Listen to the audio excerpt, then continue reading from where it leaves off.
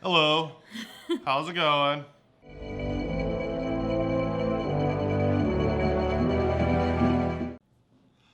Hey everybody, it's Aaron I'm Elizabeth. from the Kilby Life, bringing you another dating story video. Last time we talked about our story and how we started dating, and I think this time we're going to talk about how we got to the dating, hey, so we're dating part of our story. Defining the relationship. Yeah, and we'll leave a link to the last video in the description. So let's get into today's video. So when I was going through this and thinking about our relationship, I was thinking about how we had spent some time dating. I feel like it was a few months at least before we had, he doesn't remember, it's fine. Before we had the so we're dating, right? And I actually remember you saying that and me going, yeah. So we started dating. We did things differently. Counterculturally. When we started dating, initially, I don't think we went out of our way to tell anyone.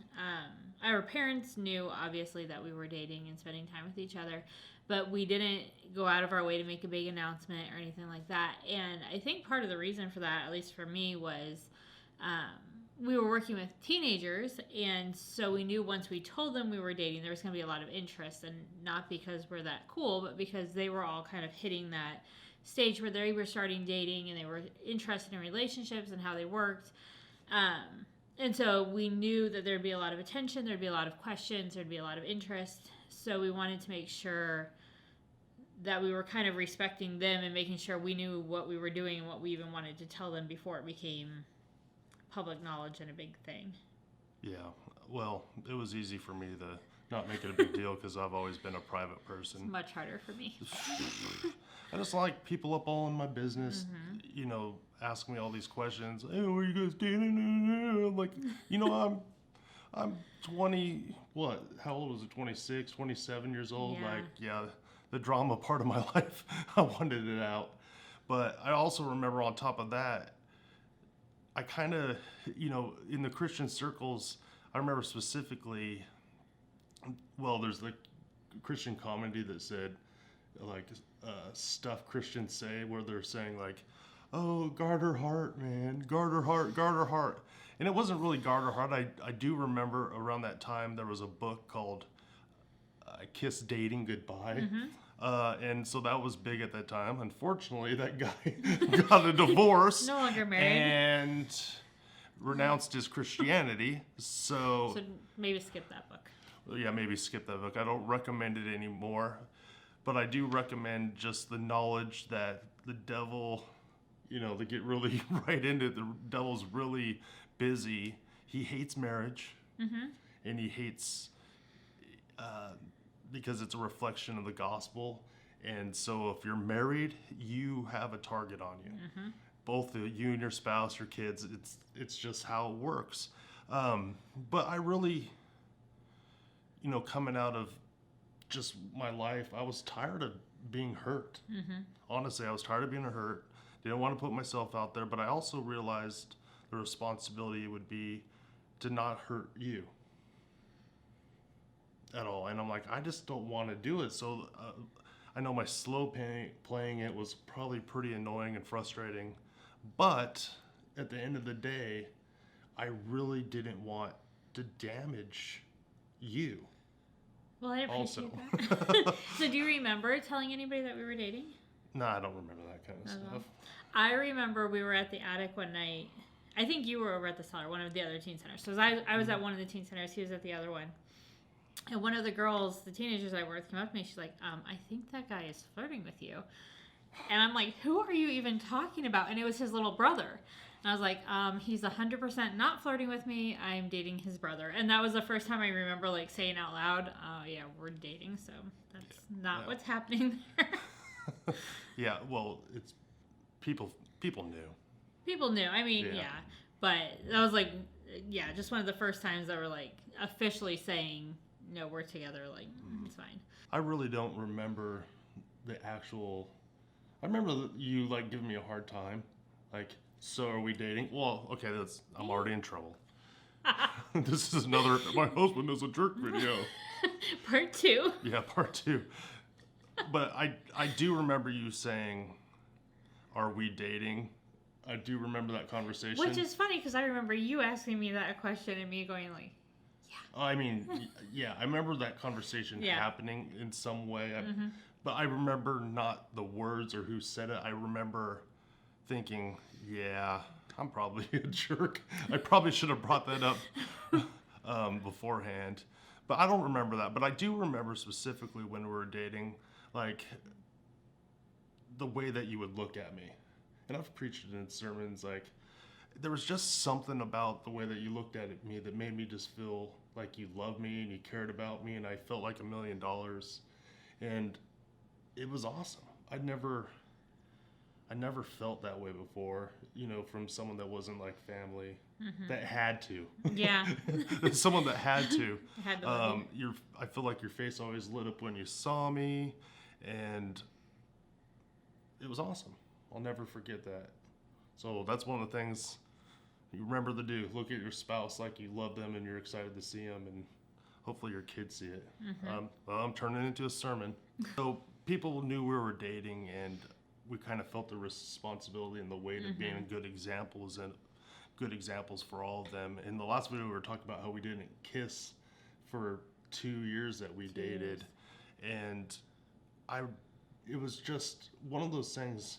What comes to mind is we would go out to eat and stuff, and I remember we went to some Bravo or Brio, and I was like, there was a bottle of wine they leave on the table. I was like, can you take this away? Because I was like, man, what if one of these kids came in here and saw a bottle of wine on there? Maybe I was being too legalistic, but I was very adamant and passionate that I'd be a good example, and I just felt the weight of that. Plus, like I said, I didn't want to hurt you or anything. It was like, when I found out that you hadn't kissed anybody, I was just like I said in the last video, I was like, wow, that's crazy. I don't want to be that guy that takes away her first kiss. I don't want to be that guy. I don't want to hurt her. People are like, oh, that's not a big deal, first kiss. Well, well, do you know what? You're watching a video about how it's going to be a big deal. And how it can be a big deal. Take some notes. All right? Yeah, I mean, I feel like we had teenagers watching us. They were all starting to date or had already started dating. They were coming to us for advice a lot about relationships and things going on. And I think we both felt the responsibility of not giving them advice counter to what we were willing to do ourselves. And so having that different standard, I think, made it a little bit more, what's the word I'm looking for? Like, reliable when they came to us for advice. Yeah. Like, stuff that they knew they could fall back on, stuff they knew they could trust us in. Yeah. And integrity and what we're doing. Yeah, and we really tried to be completely honest with them and upfront with them about how we were doing in our relationship. It's not like we walked around telling everybody we were doing one thing and then did something completely different. Like, we really did what we said we were going to do in front of these teenagers. But we weren't like just loud about it. We just used the opportunity when the opportunities came up. We had something to share. Yeah, we never walked around and said, "Oh, you need to do it our way." But we were able to show them an example of something that could work. Sorry. One thing that I really appreciated when we were dating was some of the conversations that we had early on. Specifically, the one that sticks out in my mind is when we talked about marriage. Okay, yeah. Which is not a comfortable conversation usually when you're just a couple months into dating. But we both said that we saw this relationship moving towards marriage, or that was going to be the end goal. And if either one of us didn't see it progressing that way anymore, or something came up and we're like, okay, this isn't going to work, that we would end it. So we both knew we were in the relationship with an end goal in mind, that we weren't sitting around playing games with each other, wasting each other's time. Because, I mean, we had friends that were dating people that were like, we have no intention of marrying them. We're just kind of killing time, which frustrated both of us. But, you know, we were definitely pursuing this relationship for a reason, and we were committed to what we were doing. And I think that gave me a lot of confidence in that relationship and a lot more willingness to just be really involved in it rather than trying to see what else is still out there, and is this really my best bet, or is this the guy I'm going to go with, or am I going to keep shopping? Like, it kind of took some of that pressure off. And there's always a lot of pressure in that. I remember praying about it, and it's like, God, give me an answer, and like, as God often does, He doesn't really give you the answer how you want it. But I just felt like it was important to be consistent, to be honest how I felt, and I bet you probably wish we talked about marriage more, but I kind of was like, still like, maybe 2 years in, or like, give me a time frame.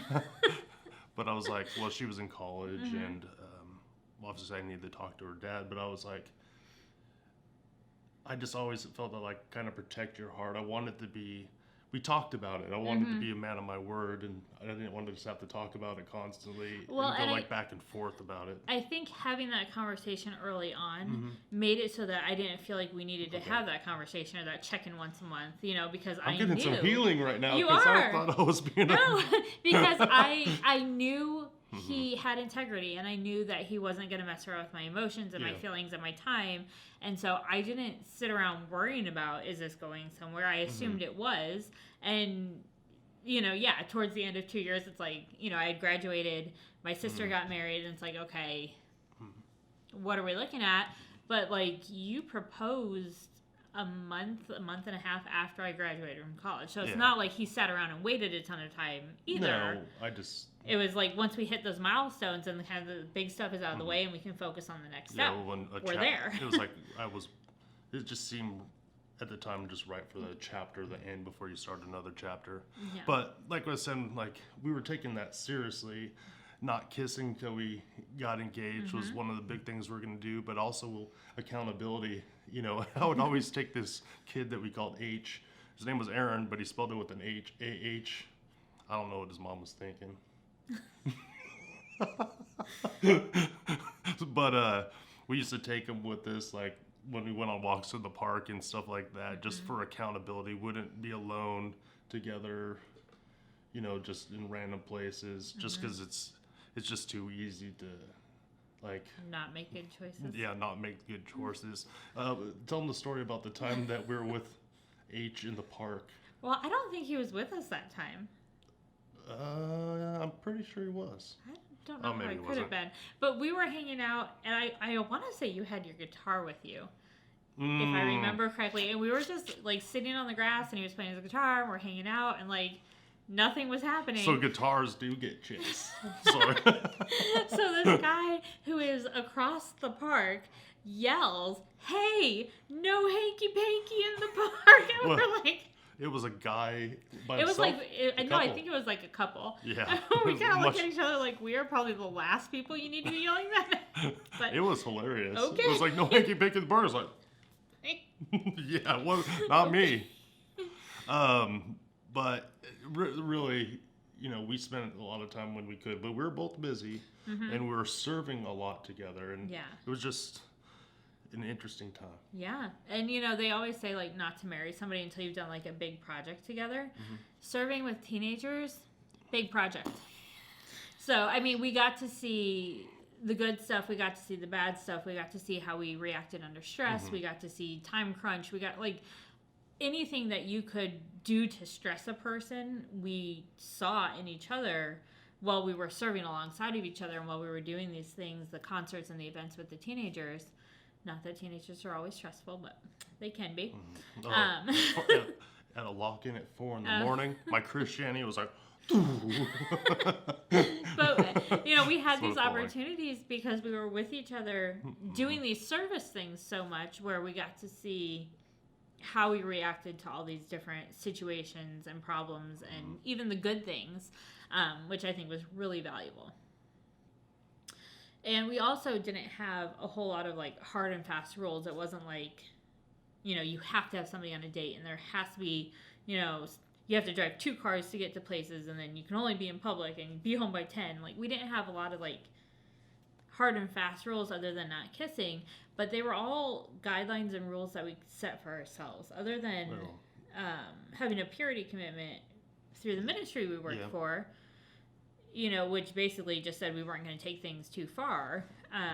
We didn't have anybody saying you can't do this or you shouldn't do that. It was things that we had agreed on and we had decided were valuable.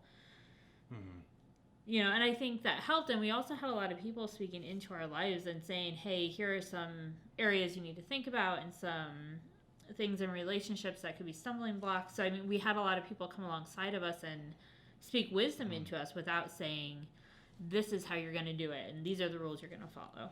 Yeah. Well, I do know that we had a couple friends from church and from ministry, the Huffs, Stephanie and Isaac. What? If you watch our videos, they were a fairly newly married couple, and so we kind of got to watch them, which was really nice. And I know I could probably beat this, like how important it was to me to be a good example to the kids at the time or the teenagers of the relationship, but I'll just tell you, over the years, that has paid dividends. Because I've had countless conversations with young men in my car, like working with teens. You had to give a lot of people rides because they couldn't drive. And they're like, I'm in this relationship. Can you give me this advice? And I'm like, you know what? Yeah, let me stir the pot a little bit and say, well, here's my story. We didn't kiss for the 2 years you're dating. Like, what? That's crazy. Like, why? Because we thought it was important. And I'm like, and I'd always say to them, like, and I get to have this conversation with people. I get to have this conversation with you. And I'll tell you right now, that 2 years wasn't pleasant. It was lovely. But the not kissing and just, and all those challenges of wanting to have a connection with someone, but it not being the right time and just the waiting, what it did is it built piece by piece a foundation that was strong and well put together. It wasn't on sand. It was just this strong foundation that we could stand on. And it has paid dividend after dividend after dividend. And I know for a fact we've influenced many, many lives with that. And I also know that just like, we weren't perfect, like we didn't, we did not kiss for 2 years. Where you going with this? Yeah. Like we made it through that. We're not perfect people. We were just trying really hard at that. Yeah. And somehow we made it through it. And now we have this foundation. And what I was saying is like, I know there's people that have failed, but there's still hope. Start another foundation. Yeah. It will pay dividends. And if I was going to give anyone advice, like break it all down, like all you have to do to have a good marriage is just say, no ringy, no dingy. Can I give some advice? After I stop joking and laughing at my own jokes. Yeah, sorry. I think that's valuable advice. One thing that I was told that I remember is make the decision before you're in the situation. Oh, okay, yeah, that's a good idea. So that might help too. but we should have put a ring on it. Well, and that's a decision. You put a ring on it. Yeah, that's different set of circumstances. Trust. Do you think the way we did stuff paid dividends? Oh, I think so. The common culture right now says that men can't control themselves, and it's almost physically impossible for men to not have physical relationships, especially for that long of a period of time. And obviously that's not correct, but then I don't worry about cheating on me, and I don't worry about you having other women in your life that you have these connections with, because I know that that's not who you are. And I know that it's possible because we've already done it, right? And I think even things about having conversations about what our standards are going to be and moving towards marriage made communication a lot easier. Like just being able to say, this is what I'm thinking, what are you thinking? And being willing to kind of put ourselves out there a little bit and that kind of stuff. Like those are not easy conversations to have. Yeah. And having gotten through that, I feel like the harder conversations now are easier than they would have been if we hadn't kind of already built that respectful communication early on. Yeah, as you're saying that, I was thinking about a couple instances. I'll probably just share one, but it was one where someone came to you and was like, hey, I saw Aaron with with a girl in his card, and like, who was with you? It was my sister. Like, come on, people, but people are watching you. People are like, and they're expecting people to fail. Yeah. And we didn't. Right. And that was awesome. We didn't fail in that. At work, I had signed in to Facebook on this computer that I set up so people can get on and put in their email addresses. And all of a sudden, I'm at church practicing, playing guitar and singing, and I get these messages from this girl saying, Somebody we used to know from the teen center. We used to know from the teen center. I think this is inappropriate for you to be messaging me like this. I'm looking at it like, it just said the randomest, stupidest stuff. But it was rather inappropriate. It was rather inappropriate. And I called my wife immediately. I said, listen, I just got this message. Can you give her a call? Because I'm hacked. I don't know what happened. And I found out later, some kid, probably about 12, 13 years old, got into my Facebook. I caught him on camera. But it was one of those things, it's like, I felt like I was like adamant, like it was not me. And it was like, you took it so well because it wasn't him. Because it wasn't me. I knew it wasn't him. And it was funny because I feel like I did get a hold of her, and I feel like she was really surprised that I would call her, and it wasn't like you defending yourself, but it was me saying, no, I'm telling you, he absolutely wouldn't have done that. We're trying to figure out what happened. I'll keep you posted, but no, it absolutely was not him. I'm completely aware of the situation. I know what's going on. He told me immediately, and I think that really caught her by surprise too. So that was kind of a cool conversation to have, even though it wasn't a good situation. Like I was talking about how it builds a firm foundation, how the dividends keep getting paid off. We're going to get dividends on that forever. As long as we live, dividends, right? And I'm hoping these dividends really pay off on our kids. Yeah. Really, and I know they will. Yeah. I get to tell this story to my kids, and they might think I'm crazy. Who knows? So as I was thinking kind of through what we wanted to share, I was thinking about what are some of the things that people ask me the most often about our relationship, and I thought I would just throw a couple of them out there. Oh, so this is me on the spot. Well, I mean, we can both answer them. But one of the things is if we would recommend how we dated to other people, or if it was just unique to our situation because of the teen centers. Like, is this something that other people would really, like, want to pursue? I would say I would take, if I was given pastoral advice, I would take every situation differently. But I would always start with a challenge. And I've done it before. Like, hey, you and your boyfriend are living together. How about you move out for a while? How about you get a hard reset? And sometimes I would always recommend some kind of tough challenge for any couple to build a foundation. And it can happen in a lot of different ways. And I can think right now of couples specifically that challenge that have thrived and done amazing. Yeah, and I'm telling you, I would not have thought of that if we wouldn't have challenged ourselves. I like that. If you could change anything about our dating relationship, what would it be?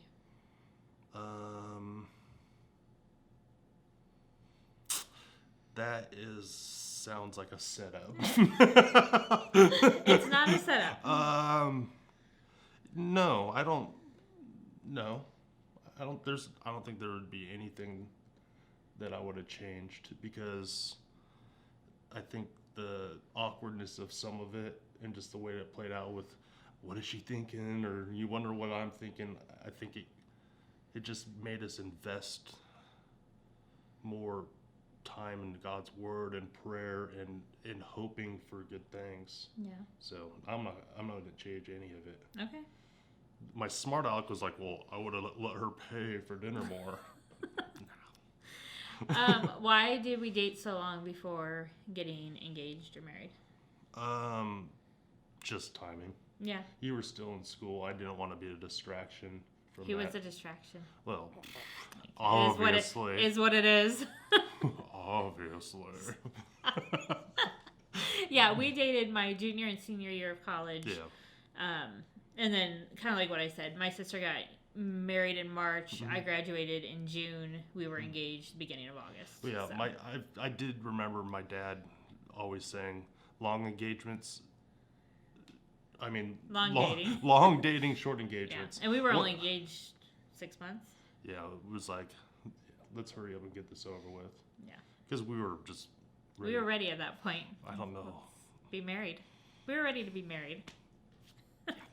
Last question. Is it ever wise to go 3 days without calling your girlfriend? You know,